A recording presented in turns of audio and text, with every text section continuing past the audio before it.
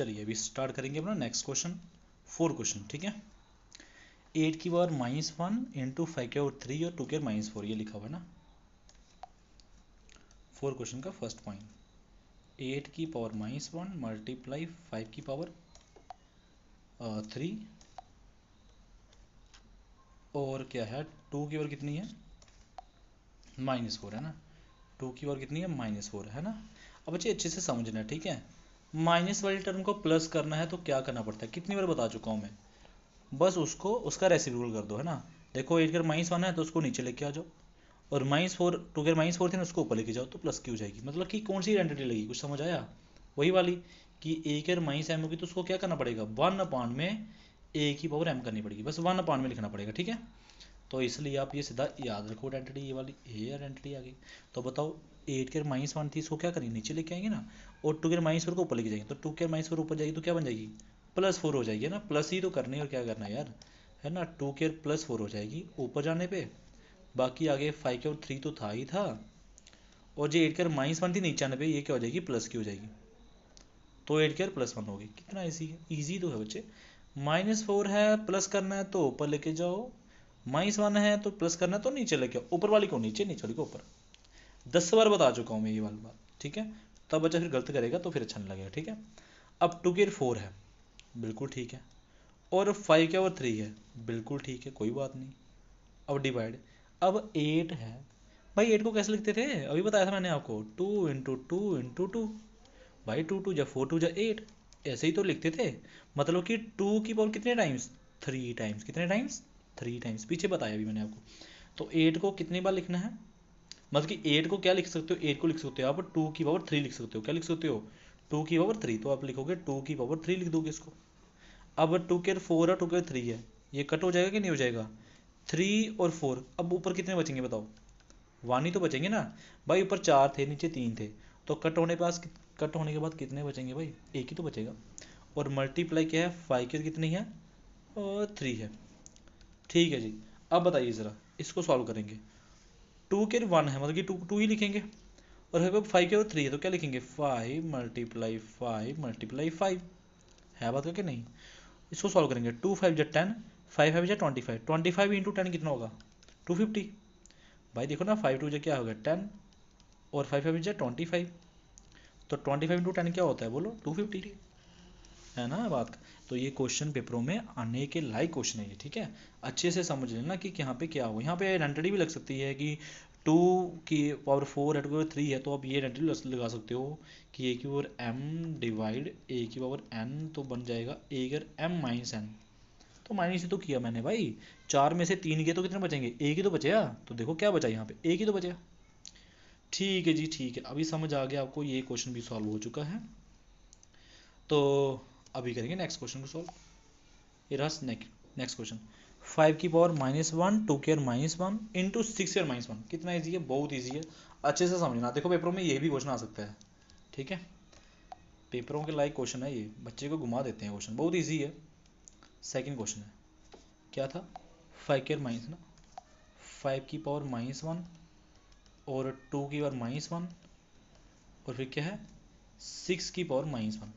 अच्छा अब बता दो यार, अब बताओ अगर -1 है प्लस करना है तो इसको क्या नीचे लाना पड़ेगा, है ना। हाँ, कि अगर एक यार -1 है तो इसको प्लस करने के लिए बस नीचे कर दो, तो 5 को भी नीचे कर दो, क्या बन जाएगा इसका आंसर क्या होगा 1/5 मल्टीप्लाई 2 को भी नीचे करना है कि नहीं करना, तो 1/2, और 6 को भी नीचे करना पड़ेगा, ये मल्टीप्लाई में है, ठीक है। 6 को भी नीचे तो 1/6, अब समझ आया, बन गया ना। इसकी पावर भी प्लस में हो गई, इसकी पावर भी प्लस में हो गई, इसकी पावर भी प्लस में हो गई, है ना 1 1 1, तो 1 1 लिख दिया मैंने, ठीक है जी ठीक है। अभी 1/, अब 5 के 1 कितनी होती है 5 ही तो होती है, और 2 के 1 कितनी 2 ही तो होती है, तो 5 2 क्या होगा 10 ही तो होगा, कितना ईजी है। और मल्टीप्लाई 1/6, तो भाई 6 10 कितना 6 10 1 1 क्या होगा 1 इंटू 6 10 कितना होगा 60, तो आंसर क्या आ गया 1/60। अब समझ आया बात का, तो ये आंसर है इसका। तो इसको आपने याद रखना है कि इसके लिए ये वाला फॉर्मूला यूज हुआ है, अच्छे से समझ लेना, ठीक है। ये फॉर्मूला यूज है इसके लिए, माइनस जो -1 है ना उसको प्लस किया है, उसको बस नीचे लेके आए यहाँ पे इस तरह से, ठीक है। अब करेंगे नेक्स्ट क्वेश्चन सॉल्व। 5 क्वेश्चन बोलता है find the value of m, आपको m की वैल्यू निकालनी है, बहुत इजी क्वेश्चन है ये। और ये देखो m दिख रहा है आपको यहाँ पे, इस क्वेश्चन में m दिख रहा है ना, 5 की पावर m डिवाइड 5 के -3, पहले लिख लेते हैं इसको, ठीक है। ओके, क्वेश्चन नंबर क्या आ जाएगा अभी आपका, 5 क्वेश्चन, 5 की पावर m डिवाइड 5 की पावर कितनी थी, -3 थी। ओके, इजिकल टू 5 के 5 इजिकल टू 5 की पावर 5। ओके, इस क्वेश्चन को सॉल्व कैसे करेंगे, आपको m की वैल्यू निकालनी है, m की वैल्यू फाइंड आउट करनी है और कुछ नहीं करना है, ठीक है। तो कैसे सॉल्व करेंगे खुद देखिए ध्यान से। भाई डिवाइड में है, अब मुझे बताओ डिवाइड में हो तो क्या होता था, माइनस होता था प्लस होता था, हाँ जी माइनस होता था। तो 5m माइनस ये -3 आ जाएगा। ओके, डिवाइड में क्या होता था, पावर क्या होती थी, माइनस होती थी, तो मैंने पावर माइनस कर दी है, m और -3 को क्या किया, माइनस कर दी है मैंने, ठीक है। बाकी यहाँ पे क्या है, 5 की और कितनी है, 5 है। सर यहाँ पे कौन सी आइडेंटिटी लगी है बता दो, मैं बता देते हैं भाई, a की पावर m है डिवाइड a की पावर n है, तो भाई डिवाइड में क्या होती है, पावर माइनस होती है, ये तो आइडेंटिटी लगी है, मैंने माइनस तो किया है, देखो ना, है ना, m -3। अब ये माइनस माइनस क्या होगा, प्लस हो जाएगा, तो 5 की पावर क्या हो जाएगी बोलो, m +3 हो जाएगी। भाई माइनस माइनस क्या होगा, प्लस होगा, और इक्वल्स टू 5 की पावर यहाँ पे क्या है, 5 है।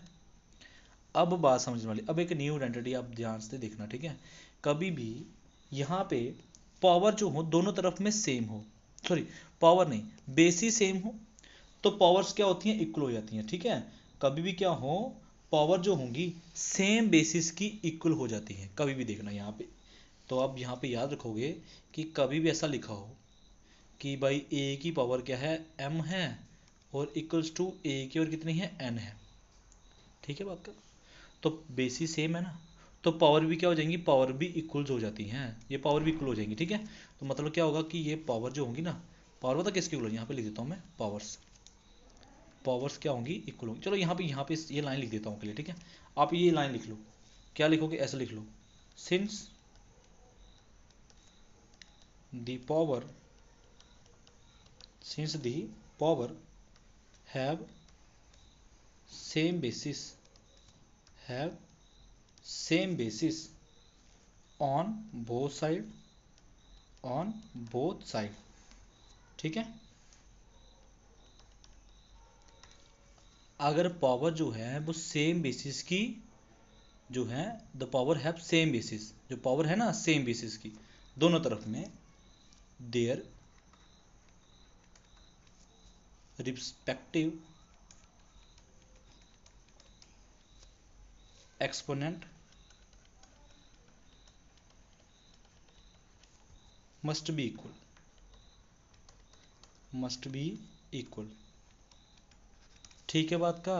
तो क्या हो जाएगा, अगर पावर जो होंगी, the power have same basis, जो पावर होती है ना सेम बेसिस की, वो जो होती हैं वो इक्वल हो जाती हैं, वो क्या हो जाती है, इक्वल हो जाती हैं। तो बताइए फिर यहाँ पे क्या लिखोगे कि m+3 किसके इक्वल हो जाएगा, 5 के इक्वल हो जाएगा। ये वाला 5 नहीं, जो इसकी पावर है, ये वाला, मैं इसको रेड कर देता हूँ, ठीक है। रेड की तरह मैं बताता हूँ कि कौन सा इक्वल होगा, ठीक है।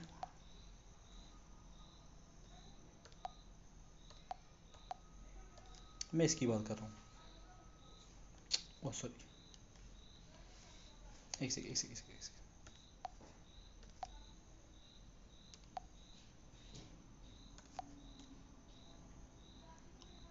इसकी बात कर रहा हूँ मैं, ऊपर वाली पावर की, ठीक है बात का। ये पावर क्या हो जाएंगी, m+3 किसके इक्वल हो जाएगा, 5 के इक्वल हो जाएगा। तो बच्चे ये आपने याद रखना है, ठीक है। तो अब बताओ, m ये +3 था ना, तो +3 उस साइड जाके क्या हो जाएगा, -3 हो जाएगा। तो क्या बन जाएगा, यहाँ पे ऐसे लिखोगे m = 5, ये +3 उधर जाएगा तो क्या हो जाएगा, -3, तो क्या बन जाएगा, m = 5 में से 3 गए तो 2, तो आंसर क्या आ जाएगा, आंसर आ जाएगा m = 2। ये क्वेश्चन पेपरों में आना ही आना है, ये मेरी तरफ से गारंटी ले लीजिए आप, ठीक है। ये क्वेश्चन पेपरों में डालेंगे, ठीक है। ठीक है, इसलिए ये क्वेश्चन वेरी वेरी इंपॉर्टेंट है आपके लिए।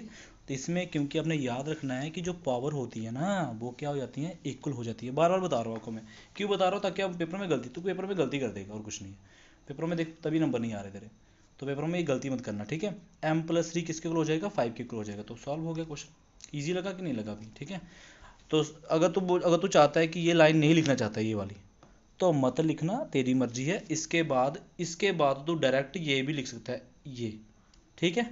अगर ये लाइन नहीं लिखनी है तो मत लिखना, कोई दिक्कत नहीं है, बट ये आपको समझाने के लिए लिखी है मैंने, ठीक है। चलिए जी, अभी हम करेंगे अपना नेक्स्ट क्वेश्चन नेक्स्ट वीडियो में सॉल्व, ठीक है।